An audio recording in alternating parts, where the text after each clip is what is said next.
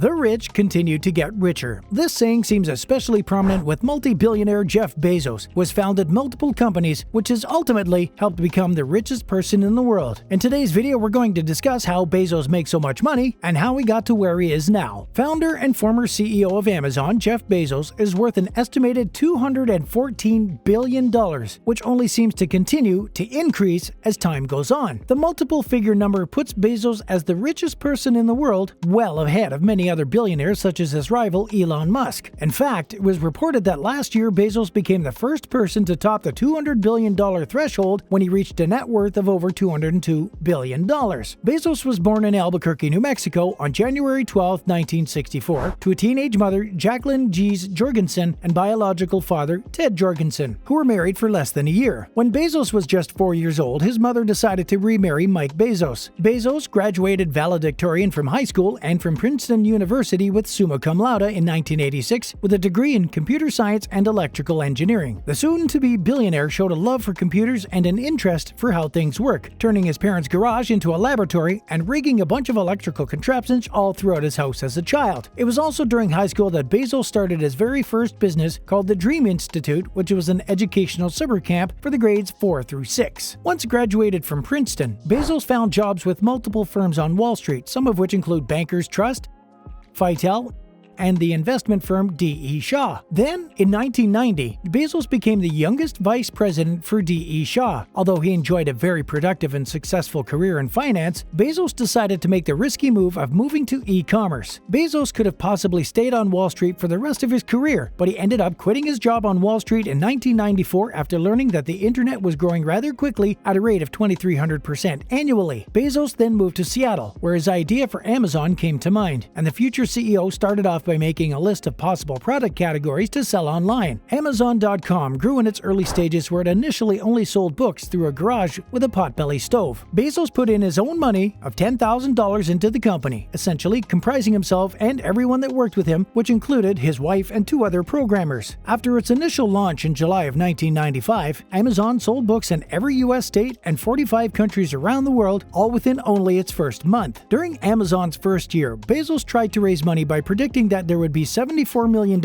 in sales by 2000. However, little did he know that that was far underestimated, as the reality was that there was almost $1.64 billion in sales in 1999 by itself. Bezos managed to gather $1 million in seed funding from angel investors after using most of the investments he had gotten from his family, mainly speaking his parents, who had put in a significant amount of their life savings. Approximately, the first group of investors put in about $50,000 each for a stake that rounded up to 1%. And as of now, each investment would be worth a rather big $16.7 billion, representing a roughly 334,200 times return, given that the investors held on to their entire stakes and that they had never been diluted by later investors. Then, in June of 1996, another $8 million was raised by Amazon in Series A from venture capital from Kleiner Perkins. With the new website going public in the middle of 1997, it was one of the few startups that actually managed to survive the dot-com bust. As the platform diversified its product offerings and solidified itself as a market leader and pioneer, annual sales shot up from $511,000 in 1995 to over $3 billion in 2001. Then, a dozen years later, Bezos revealed his new plans for the company's new revolutionary Amazon Prime subscription business with Amazon Prime Air, which would use drones to make deliveries to customers. Overall, Amazon's share price reflects its exceptional growth, as the stock increased over 450% in just 5 years from January 2016 to January 2021, and rose more than 75% from January 2020 to January 2021 alone. Jeff Bezos owns an estimated 11% of Amazon as of 2021, making it the largest source of his wealth, and from 2017 to 2019, he'd sold more than 1 million shares as well as distributed additional shares to his ex-wife as part of divorce proceedings. The company's 2021 annual meeting announcement showed Bezos owning over 70 million shares. Amazon boasted $386 billion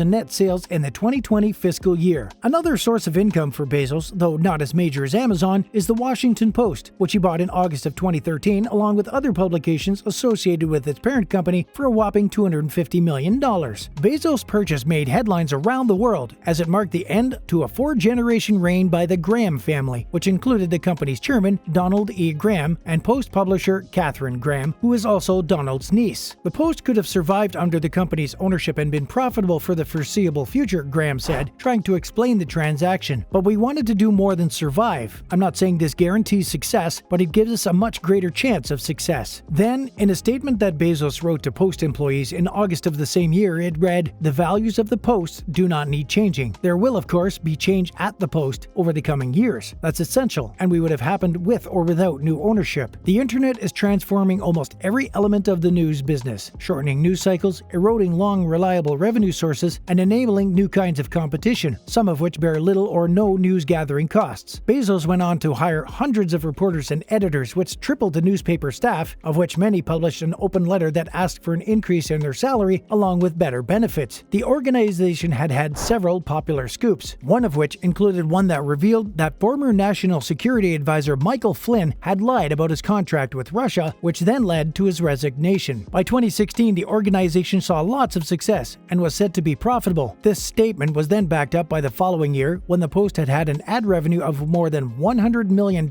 Not to mention, it also had double-digit revenue growth for 3 straight years. The Washington Post soon bypassed its rival the New York Times in unique users, having an estimated 86.4 million as of June 2019. Another company owned by Bezos is the aerospace company Blue Origin. Founded in 2000, the company develops technologies to overall lower the cost of space travel to make it available to paying customers. At first, for a while, Blue Origin quietly operated, but in 2016 that all changed, as Bezos invited reporters to come check out the company's headquarters in Kent, Washington. He expressed his eventual goal of not only humans visiting space, but also colonizing it. Then in 2017, Bezos made the commitment of selling about $1 billion worth at Amazon to help fund Blue Origin and all of its aspirations. He seemed to have followed through with his promise, as a couple of years later the company revealed a moon lander that they had been working on and conducting test flights of. Named the New Shepard rocket, it would take tourists to space for a few minutes. "We are going to build a road to space, and then amazing things will happen," Bezos stated late in 2019, as it was announced that Blue Origin was one of 13 companies that were selected by NASA to work together on 19 projects to help eventually reach the moon and Mars. Currently, Blue Origin is working to develop safe and accurate landing system for the moon, along with nozzles for rockets with liquid propellant. The company is also working alongside NASA on building reusable rockets to launch from a renewed complex close to NASA's Kennedy Space Center. Lastly, Bezos also has a considerable amount of holdings in more traditional investments. Take, for example, real estate, one of which includes his 165,000-acre corn ranch in Texas, which was bought as the base of operations for Blue Origin and serves as the test site for the vertical landing manned suborbital New Shepard rocket. Aside from Bezos' businesses in real estate, he has holdings on both the east and west coast in terms of his personal real estate. He owns 2 multi-million-dollar homes in Beverly Hills, as well as a $10 million apartment in the Century Tower in Manhattan that is around 10,000 square feet. Bezos also owns a Washington state lakeside property that is now 30,000 square feet after he spent almost $28 million to expand the living space. Then in 2012, Amazon bought its own South Lake Union headquarters building in Seattle for $1.5 billion,